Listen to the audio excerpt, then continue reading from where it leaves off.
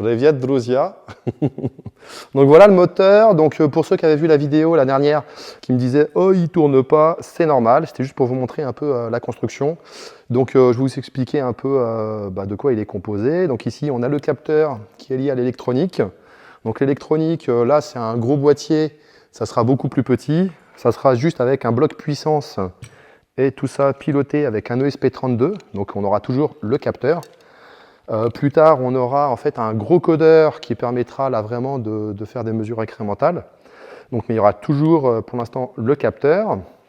Donc ici, on a un charbon. Pourquoi? Parce qu'on a un rotor avec des électroaimants à aimants permanents. Pareil dedans. Et comme je l'ai dit dans la publication, on supprime le champ magnétique des aimants. Donc là, on peut voir, on peut essayer de tourner. C'est impossible. Il y a du couple. Donc ce qui va permettre de définir le couple, c'est en gros la force moyenne angulaire, parce que là on peut voir, on peut tourner, mais plus ça va, plus c'est dur. Pourquoi? Parce que plus ça va, plus les aimants en répulsion se rapprochent. Il faut savoir que le champ magnétique des aimants, c'est de plus en plus puissant au carré de la distance. Donc effectivement, ici, c'est très dur. C'est pour ça que c'est un moteur qui va avoir beaucoup de couple.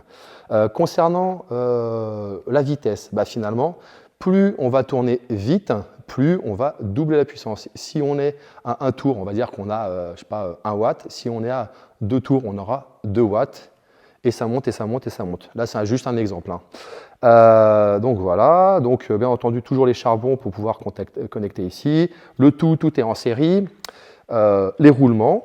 Et ici, on a le codeur, le capteur. Tu peux venir voir, s'il te plaît. Ici, on a le codeur. Il va falloir que je le refasse, parce que vous allez voir, la fenêtre d'ouverture n'est pas bonne, mais par contre, j'ai fait un truc qui permet ici de glisser pour pouvoir expérimenter la fenêtre d'ouverture, un peu comme sur une voiture, avec la synchronisation des injecteurs et de la cam. Là, il faut savoir que c'est comme si les injecteurs, quand le piston monte, c'est au moment où il redescend qu'on injecte et qu'on fait exploser le mélange pour pouvoir faire redescendre le piston. Si au moment où il monte, on envoie le mélange et on fait exploser, il va y avoir un contre-coup. Et là, c'est ce que je vais vous montrer, c'est que finalement, le moteur, pour l'instant, il n'est pas bien réglé à cause de ce disque-là que je vais refaire demain matin.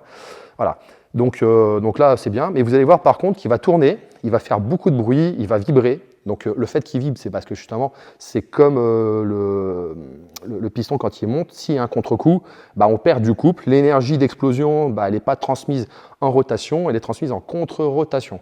Et ici, on a les ampoules, on peut voir ici, hop, les ampoules, qui est le recyclage de l'énergie. Donc demain, ou après-demain, je ne sais pas, les prochains jours, je vais mettre cette installation sur batterie. Et je vais mettre une batterie où on prend l'énergie pour faire tourner le moteur et une batterie où en fait on recycle cette énergie-là. Pour ceux qui diraient c'est quoi ce charabia, il y a la publication sur le projet Atlas. Et on réinjecte l'énergie dans la deuxième batterie. Il y aura juste à faire un flip-flop avec les deux batteries. Et le couple net produit à l'arbre, c'est ça qui est l'excédent d'énergie. Donc je vais vous mettre tout ça en route. Donc ici, on peut voir le capteur, il est allumé. Donc bon là, tout est un peu chaotique. Donc vous allez voir, je vais monter la tension. Et vous allez voir, à chaque tour, alors là je vais essayer de faire tout doucement, et vous allez voir que quand je vais commuter, il y a l'effondrement du champ magnétique qui va faire qu'on va récupérer l'énergie dans les ampoules. Je ne sais pas si on va bien voir. Hop.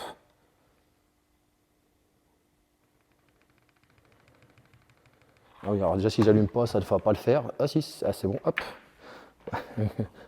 Gros loupé. Donc hop, vous allez voir. Voilà, donc là je suis sur le point, point neutre. Voilà, donc je vais monter et vous allez voir, quand je vais lancer le moteur, il va se mettre à tourner. Là vous voyez, il vibre. Là il vibre, c'est normal, c'est pas bien synchronisé. Si j'accélère, ça vibre de plus en plus, ce qui est normal. Et après je peux régler ici la vitesse par rapport à la synchronisation.